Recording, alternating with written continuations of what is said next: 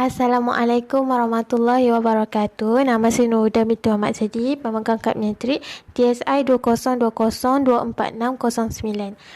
Jadi kumpulan kami telah mendapat tajuk mengenai rasuah dan kami akan membincangkan bagaimana agama menangani kes ini. Okey, rasuah ialah satu jenayah ataupun kesalahan undang-undang apabila berlakunya penerimaan ataupun pemberian suapan sebagai upah ataupun dorongan untuk seseorang individu melakukan ataupun tidak melakukan suatu perbuatan yang berkaitan dengan tugas rasmi. Okey, rasuah ni dia terjadi disebabkan oleh beberapa faktor dan sangat memberi kesan kepada banyak pihak. Jadi, faktor yang terjadinya rasuah ini adalah kerana kurang didikan agama dan moral. Seperti mana yang kita tahu, semua agama menekankan untuk melakukan kebaikan dan menjauhi daripada perkara yang memudaratkan. Jadi, seterusnya ialah penguatkuasaan undang-undang yang lemah dalam sistem perundangan negara. Kerana hukuman kepada pelaku rasuah itu ringan berbanding rasuah yang mereka terima dan sewajarnya hukuman tersebut diberi dengan hukuman yang setimpal dengan apa yang mereka lakukan. Okey, faktor terakhir ialah kerana paksaan dan ugutan daripada orang yang memberi rasuah kepada yang menerima rasuah. Kerana orang yang memberi rasuah itu sanggup melakukan apa saja demi kepentingan dirinya sendiri. Okey, kesan yang diperoleh kepada perasuah adalah kehilangan pekerjaan dan mereka bukan sahaja kehilangan pekerjaan, malah kehilangan kepercayaan daripada majikan, keluarga dan masyarakat. So, di sini keluarga juga turut terkena tempias kerana perlakuan mereka di mana mereka merasa malu dan terhina. Menurut kajian SPRM yang dijalankan ke atas perasuah yang telah tertangkap dan dikenakan hukuman, didapati mereka mengalami tekanan jiwa dan merasa sangat sensitif. Okey, rasuah juga akan menyebabkan tumpuan pelaburan dan pembangunan menjadi tidak seimbang. Kerana tumpuan ni tertumpuk pada satu sektor sahaja, bukan kerana banyak permintaan tetapi kerana rasuah.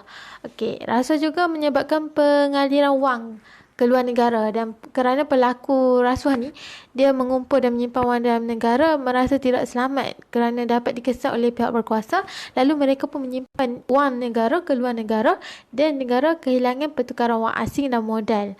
Ia telah pun berlaku di Amerika Selatan pada tahun 1954 hingga 1959 di mana 3 diktator Amerika Selatan berlaku pemindahan US $1.5 bilion wang ke negara luar. Jadi di sini jelaslah perbuatan rasuah ni adalah perbuatan yang salah dan semua pihak wajib mengambil peranan penting dalam membanteras jenayah rasuah ni. Jadi ini sahaja pembentangan saya. Assalamualaikum warahmatullahi wabarakatuh. Assalamualaikum warahmatullahi wabarakatuh. Nama saya Nurul Afika binti Jimrin dari kelas DSI 3A. Topik yang saya akan bincangkan ialah mengenai kes rasuah yang pernah terjadi pada tahun sebelumnya, iaitu pada tahun lepas, di mana kes tersebut berlaku di Putrajaya, iaitu dua individu bergelar Dato' di Reman bagi membantu siasatan berhubung kes rasuah membabitkan projek pembalakan bernilai lebih 27 juta ringgit. Seorang daripada suspek adalah bekas timbalan pengerusi syarikat berusia 65 tahun direman selama 4 hari, iaitu bermula dari 15 Ogos sehingga 18 Ogos. Sementara seorang lagi iaitu bekas ketua pegawai eksekutif berusia 40 tahun direman 5 hari, iaitu pada tarikh 15 Ogos sehingga 19 Ogos. Perintah reman dikeluarkan Magistrat Syah Wira Abdul Halim di Mahkamah Magistrat Putrajaya dan kes disiasat mengikut Seksyen 16 Akta Suruhanjaya Pencegahan Rasuah SPRM. Menurut sumber, mereka ditahan ketika memberikan keterangan di Ibu Pejabat SPRM Putrajaya pada jam 5 petang dan 10.20 malam pada tarikh 15 Ogos.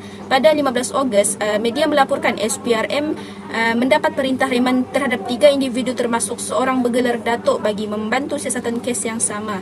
Mereka disyaki terbabit dalam kesalahan memberi dan menerima rasuah berjumlah RM3 juta ringgit berkaitan projek pembalakan bernilai RM27 juta ringgit di sebuah daerah Pahang seluas 6,591.67 ekar sekitar tahun 2015.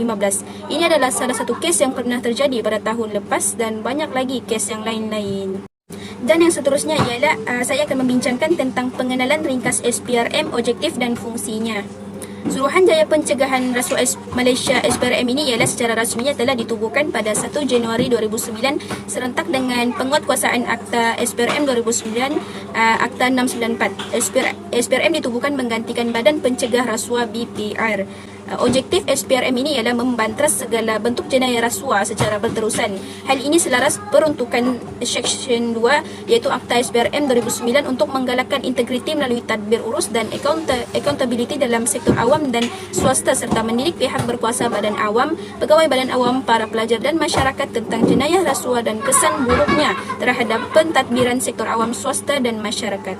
Manakala fungsi SPRM ini ialah mengikut Seksyen 7 Akta SPRM 2009, fungsi utama SPRM ialah yang pertama, menerima dan menimbangkan apa-apa aduan tentang perlakuan kesalahan rasuah di bawah akta ini dan menyiasat aduan. Yang kedua ialah mengesan dan menyiasat apa-apa kesalahan, sebarang percubaan atau komplot untuk melakukan apa-apa kesalahan di bawah akta ini. Manakala yang ketiga pula ialah meneliti amalan sistem dan tata cara badan-badan awam untuk memudahkan penemuan kesalahan di bawah akta ini dan untuk menghasilkan kajian semula amalan sistem atau tata cara mungkin membawa kepada rasuah. Dan yang keempat ialah mengarahkan, menasihati dan membantu mana-mana orang tentang cara-cara bagaimana rasuah boleh dihapuskan oleh orang itu. Manakala yang terakhir pula ialah mendapatkan dan memelihara sokongan orang ramai dalam memerangi jenayah rasuah. Dan hendaklah ada di antara kamu segolongan umat yang menyuruh kepada kebajikan, menyuruh kepada yang ma'ruf dan mencegah dari yang mungkar. Mereka itulah orang-orang yang beruntung. Daripada surah Al-Imran ayat 104. Itu sahaja daripada saya. Sekian, terima kasih. Saya Azrin Tasha binti Azrul Azimi dari kelas DSI 3A. Nombor mencik saya DSI 2020-24792. Jadi saya akan membentangkan tentang isu rasuah, kegiatan rasuah menurut perbandingan agama, iaitu agama Islam. Okey, menurut agama Islam, kegiatan rasuah ni adalah merupakan perbuatan yang mengundang pada yang buruk kepada pelakunya, dan selain itu ia juga dapat mengundang kemurkaan daripada Allah SWT kepada kita semua. Yang kalau buat seorang, yang kenanya ramai lah. Okey. Dari sudut hukum pula, sama ada menerima atau memberi rasuah adalah haram. Okey. Individu yang melakukan rasuah adalah individu yang tidak bermoral, tidak berintegriti dan juga tidak jujur dan amanah dalam ketika melakukan mereka punya kerja atau tugasan. Okey. Yang seterusnya adalah pengharamannya sudah dijelaskan di dalam surah Al-Baqarah ayat 188. Jadi tak apa saya huraikannya. Maksudnya adalah sebagai bukti bahawa amat jelas rasuah itu adalah perkara yang haram dan juga yang dilarang oleh Allah Subhanahu Wa Taala. Ya. Okey, dalam hadis riwayat At-Tirmizi pula dijelaskan bahawa ni saya huraikan semua, saya huraikan je. Jadi maksudnya adalah bukan syarikat yang biasa-biasa sahaja kan. Jadi kegiatan ini juga boleh berlaku di orang atasan. Contohnya dalam bidang pentadbiran ke kehakiman peringkat tinggi pun ada juga orang yang melakukan kegiatan rasuah. Okey. Dan seterusnya adalah menurut hadis riwayat Abu Daud.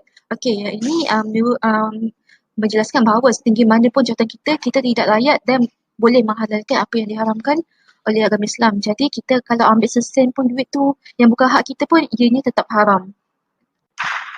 Okey, menurut Imam Al-Qutubi pula, Allah bermaksud bahawa walaupun kita menang dengan keputusan hakim tersebut, tetapi ia tidak menjamin bahawa cara kita itu tidak salah dan boleh diterima oleh Allah SWT, walaupun hakim tu kita kona-kona agung hakim tu kan, fikir hakim tu orang tinggi lah, boleh lah macam boleh halalkan apa semua, tapi tak boleh. Okey, kalau seterusnya adalah kesan kegiatan rasuah. Okey, dari sudut agama Islam ni adalah yang pertamanya adalah menghancurkan keadilan di dalam sebuah agama. Maksudnya keadilan ni boleh dihancurkan apabila wujudnya masyarakat yang tidak harmoni, tidak adil ni, jadi hidup akan menjadi macam huru-hara lah. Okay? And then akan melahirkan masyarakat yang tiada kemahiran, yang tidak kemahiran sebab pihak tertentu telah dibayar oleh orang yang yang nak masuk kerja tu. Contohnya lah kan, dia tak ada kerja tapi dia bayar orang tu asalkan dapat kerja kan.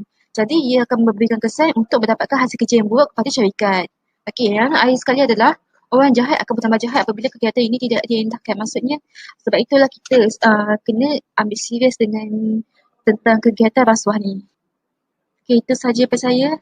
Assalamualaikum warahmatullahi wabarakatuh. Nama saya Muhammad Haris bin Johari daripada kelas DSI 3A.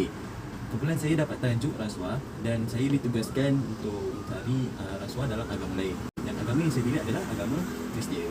Yang pertama sekali kita kena tahu, rasuah didefinisikan dalam agama Kristian adalah sebagai satu pemberian, persembahan, penerimaan atau permintaan barang berharga untuk mempengaruhi tindakan seorang pegawai ataupun orang lain yang bertanggungjawab atas tugas umum atau undang-undang. Berkenaan dengan operasi pemerintahan, pada dasarnya rasuah ini adalah permintaan yang salah, penerimaan atau pemindahan nilai sebagai pertukaran untuk tindakan rasmi.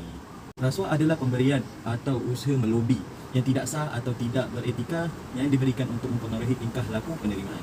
Macam biasa kalau kita dengar kes rasuah kan, contoh macam ambil contoh simple lah, Roblox kan, tak nak kena saman, dulu lah polis tu dalam 50 ke 10-20 ringgit tu minum kopi supaya tak kena saman lah, itu dah kira rasuah.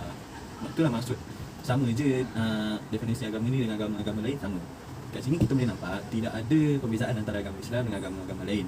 Pada pendapat saya, apa yang saya dapat cari, agama Kristian ni dengan agama Islam dua-dua menjauhkan dia orang punya penganut agama, dia orang punya bangsa lah, untuk menjauhkan rasuah ini lah. Sebab dua-dua agama pun mengajar kepada kebaikan, cuma beza dia kita harap tak boleh, dia orang harap boleh. Macam itulah. Yang penting rasuah ni bagi dua-dua agama memang tak boleh, memang disalahgunakan lah. Kalau kita buat memang kena denda lah. Okey. Yang seterusnya saya akan sentuh, terdapat juga beberapa ayat dalam kitab diorang, iaitu kitab Bible, yang menerangkan tentang rasuah ni. Antaranya ialah yang pertama, kamu tidak boleh mengambil rasuah kerana suap membutakan orang yang berpandang jelas dan menumbangkan penyebab orang yang adil. Macam maksud dia kat sini, rasuah ni boleh menjatuhkan orang yang betul. Contoh, kita buat sesuatu, kita betul dalam hal tu, kita dituduh salah, tapi kita tak buat apa-apa, memang kita tak salah pun. Orang yang bersalah ni, rasuah peguam ni, supaya salahkan dia juga. Macam itulah maksud dia. Okay, ayat yang kedua adalah rasuah adalah daya tarikan di mata pemiliknya, ke mana sahaja dia berpaling, dia berjaya. Maksud dia yang nombor 2 ni pula, kalau orang yang bagi rasuah ni, orang yang nak bagi rasuah ni memang dia tak fikir panjang. Dia nampak satu jalan, okey, rasuah, dia jalan, boleh berjaya lah akhirnya. Ambil jalan shortcut untuk berjaya, gunakan rasuah. Yang ketiga adalah di tangan siapa rancangan jahat dan tangan kanannya penuh dengan rasuah. Ini saya tak pernah faham. Okay, banyak lagi ayat-ayat dalam kitab Bible, tapi saya ambil 3 ni je. Yang selainnya ada nanti saya akan bagi. Okay, dia orang pun ada kes juga yang terjadi. Antara kes ni adalah pada bulan Februari, Airbus, kapal Airbus yang berpangkalan di Perancis bersetuju untuk membayar denda sebanyak 4 bilion untuk tuduhan rasuah dan rasuah selama sekurang-kurangnya 15 tahun. Syarikat itu membuat perundingan dengan pihak pendakwa di Britain, Perancis dan Amerika Syarikat. Menurut dokumen pendakwaan, Airbus menggunakan rangkaian enjin global atau orang tengah untuk transaksi rasuah termasuk pembayaran yang menyamar sebagai komisen untuk mendorong penjualan pesawat. Itu antara kes-kes dia. Sekian daripada saya. Terima kasih. Assalamualaikum warahmatullahi wabarakatuh. Nama saya Ratna Hirana binti Airul Azam dari kelas DSI 3A. Baiklah, pada kali ini saya akan menerangkan kewajipan melaporkan jenayah rasuah. Okey, seperti kita tahu, kebelakangan ni terdapat pelbagai jenayah rasuah yang berlaku di negara kita. Jadi kita sebagai orang awam, kita pun tak tahu kan macam mana kita nak buat laporan, kita nak buat aduan tentang rasuah yang semakin berleluasa di negara kita ni kan. So jadi terdapat cara untuk melaporkan, mengemuka maklumat ataupun membuat aduan. Jadi sekiranya kita ni pegawai penjawat awam, menjadi satu kewajipan untuk kita melaporkan sogokan rasuah oleh orang awam. Okey, kita akan didapati bersalah jika tidak melaporkan sogokan rasuah yang disabitkan. Dan kita boleh juga didenda tidak melebihi RM100,000. Banyak kan? Ataupun kita akan dipenjarakan tidak melebihi tempoh lebih daripada 10 tahun ataupun keduanya. Maksudnya kita kena bayar jugalah yang jumlah yang dikatakan tadi kan. Okey. Hal ini telah diperuntukkan oleh Akta SPRM tahun 2009 dengan Seksyen 25. Kemudian sekiranya kita orang awam, kita sekiranya mana-mana pegawai yang terlibat dalam rasuah ni cuba meminta suapan rasuah daripada kita pun hendaklah melaporkan kepada SPRM. Okey. So terdapat cara untuk membuat aduan ataupun mengemukakan maklumat. Antaranya kita perlu datang sendiri ke mana-mana pejabat SPRM yang terdekat di seluruh negara, menelefon pejabat SPRM sendiri melalui laman sesawan www.sprm.gov.my. Yang keempat, menulis surat ke mana-mana pejabat SPRM negeri menghubungi mana-mana pegawai SPRM ataupun menghantar email kepada info@sprm. So banyak cara untuk kita buat laporan ataupun mengemukakan aduan, mengemukakan maklumat. Okay, so jadi kat sini antara rumusan yang saya dapat kat sini, kita jangan terlibat mana-mana dengan jenayah rasuah kerana Allah sendiri telah melarang dan menegah perbuatan ini kerana perbuatan ini adalah sangat-sangat haram. Okay, saya akan baca satu hadis, iaitu tidak sempurna iman bagi orang yang tidak beramanah dan tidak sempurna agama bagi orang yang tidak menepati janji. Okey, hadis riwayat Ibnu Muslim dan Al-Bukhari. Sekian daripada saya. Assalamualaikum warahmatullahi wabarakatuh.